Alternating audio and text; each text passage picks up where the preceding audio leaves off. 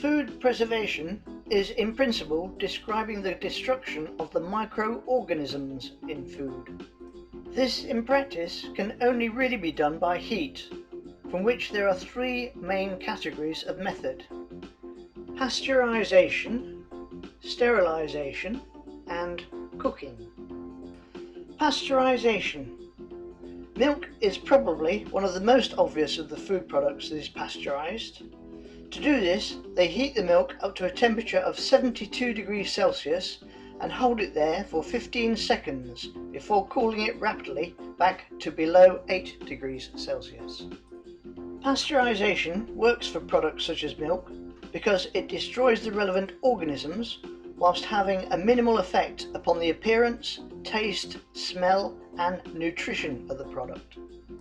But some lighter meats may also be best pasteurized so as not to destroy the subtler characteristics as can be done by sterilization or cooking, and this often results in the instructions on the package saying keep under refrigeration when opened. This is because some spoilage organisms may still remain. Sterilization.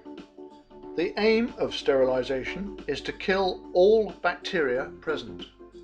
Milk is sterilized at 116 degrees Celsius for 20 minutes, creating a milk that will last in the bottle for long periods without refrigeration. However, it now has a characteristic colour and taste and will turn sour relatively quickly once opened. Whilst on the subject of milk, it's worth noting that modern techniques have also now added a form of pasteurization called ultra heat treatment, or UHT. This raises the milk to 132 degrees Celsius for 1 second, and then under aseptic conditions they seal the milk into sterile containers. This creates what we know as long life milk, with the benefits of a pasteurized taste yet sterilized lifespan. The sterilization of meat, vegetables and many other products is principally done in hermetically sealed cans, as easily recognized from our supermarket shelves. The actual temperatures and times used, however, can vary due to the nature of the product, its size and its acidity. But in principle, temperatures of 100 degrees Celsius for a few minutes, or several minutes at 115 degrees Celsius for high acidity products, is not uncommon. Of particular concern in the sterilization and canning process is the destruction of any Clostridium botulinum bacteria that may be present. This is an anaerobic pathogenic bacteria that needs nowhere to grow and can survive as a spore at 100 degrees Celsius for several hours. High temperatures such as 120 degrees Celsius for over 5 minutes may be required to kill this bacterium, and foods such as corned beef that have in the past been infected are dealt with under particular scrutiny. Cooking. The purpose of cooking foods as a method of killing bacteria is covered in some detail in other parts of the course.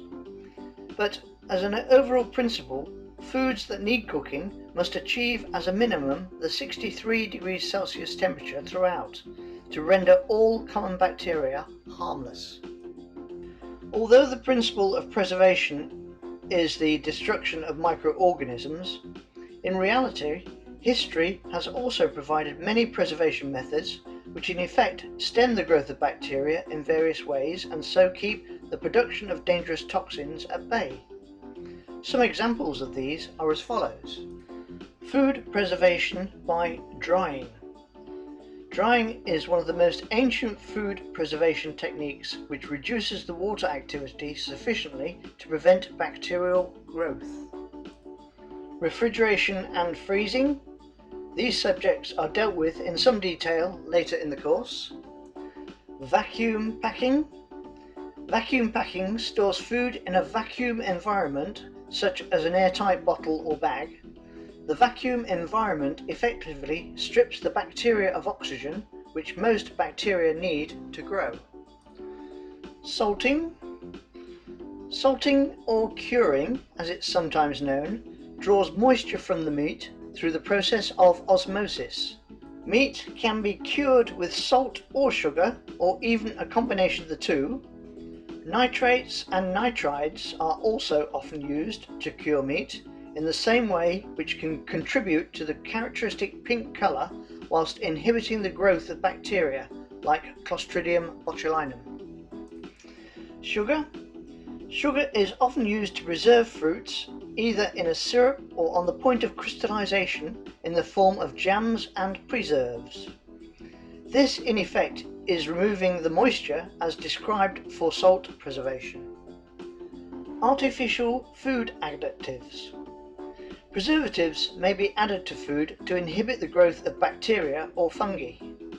These may be of a number of forms, such as antioxidants to absorb free oxygen, or specifically antimicrobial, such as sodium nitrite.